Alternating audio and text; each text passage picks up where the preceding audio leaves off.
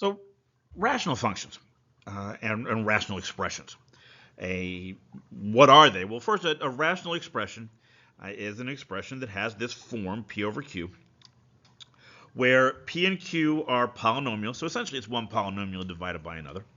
And we're going to throw in this one little extra caveat that the denominator is never allowed to be 0.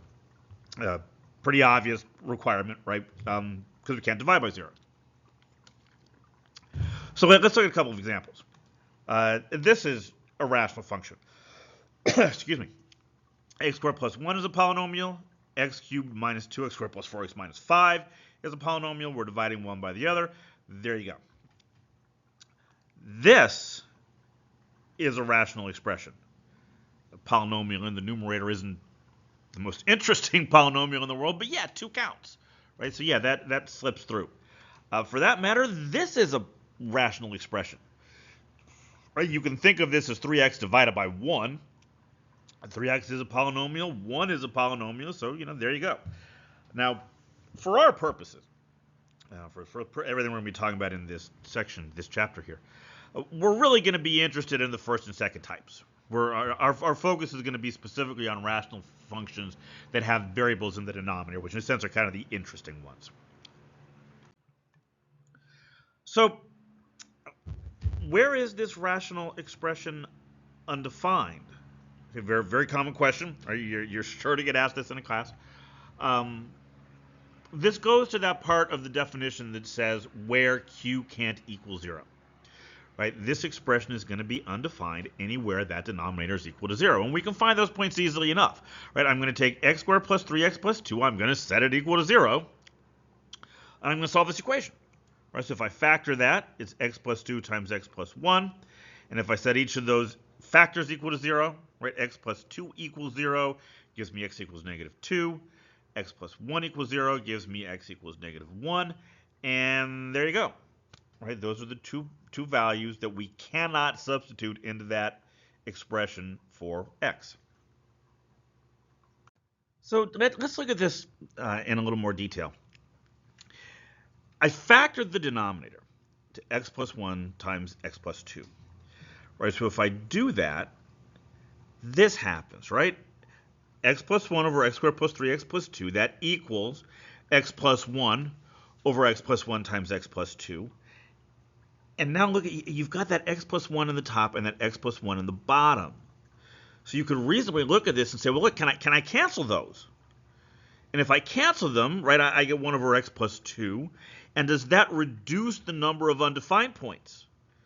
Right? Is it now just x equals negative 2 where the function is or the expression is undefined? And the answer to that is no. This is one of the few cases where you really don't want to reduce the expression before you try to do something with it. Okay, because just look back at the original, right? If we put negative 1 in there, what happens? Well, the numerator is negative 1 plus negative 1. Yeah, okay, that's 0. And if you put negative 1 in the denominator, it's 1 minus 3 plus 2, which is also 0. So where do you end up? You end up with 0 over 0. And 0 over 0 is undefined. I don't care what's going on in the top of that fraction. You cannot have 0 in the bottom. So yes, we do need to include negative 1 as one of the points where the expression is undefined, even though it cancels out. And that canceling out is kind of significant, right? I want you to kind of file this one away in the back of your head, because we're going to come back to that later on when we start talking about graphing rational functions. Okay, so you see I've changed this up a little bit now. Instead of just having a rational expression, like x minus 3 over x squared minus 5x plus 6, now I've put that f of x in there. Right? So now I've gone from a rational expression to a rational function. Right? And now it gets a little more interesting, because now we have something we can graph. Right? And ultimately, that really is going to be our driving goal throughout this whole chapter here, is to come up with ways to graph these rational functions. Now, I've got a question here, and I'll tell you, just being straight up about it, every time I see this question on a website or a textbook, it makes me cringe. All right, and I'm going to be a mathematician for just a minute here, so brace yourselves. The question itself makes no sense.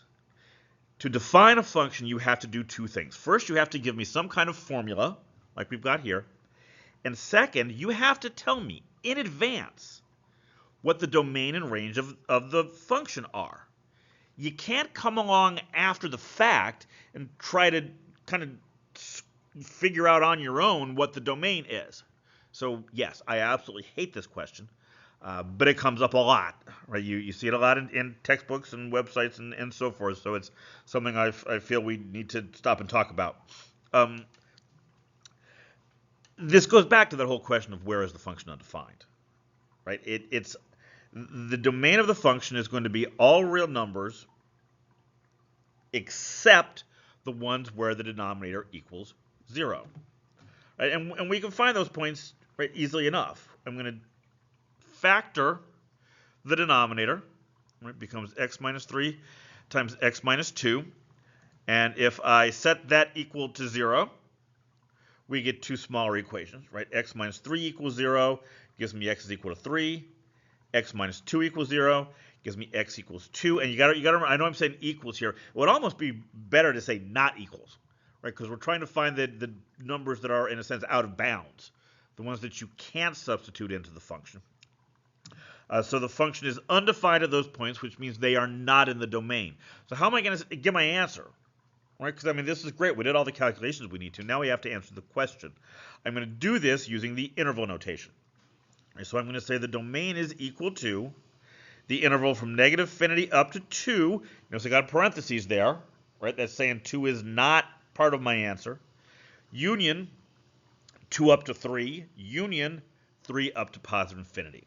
Right? And that's I hate to say that's how I would define the domain of the function, but that's how I would answer a question like this. Okay. Now we know what a rational expression is, and we know how to find its maximal domain, if you will. It's going to be an important tool, right, when it comes time trying to graph these things. So in the next lecture, we're going to kind of continue building up that toolbox, ways to come up with interesting things about functions that we'll ultimately use to graph them. Specifically, we're going to take a look at how to find something called the asymptotes of a rational function.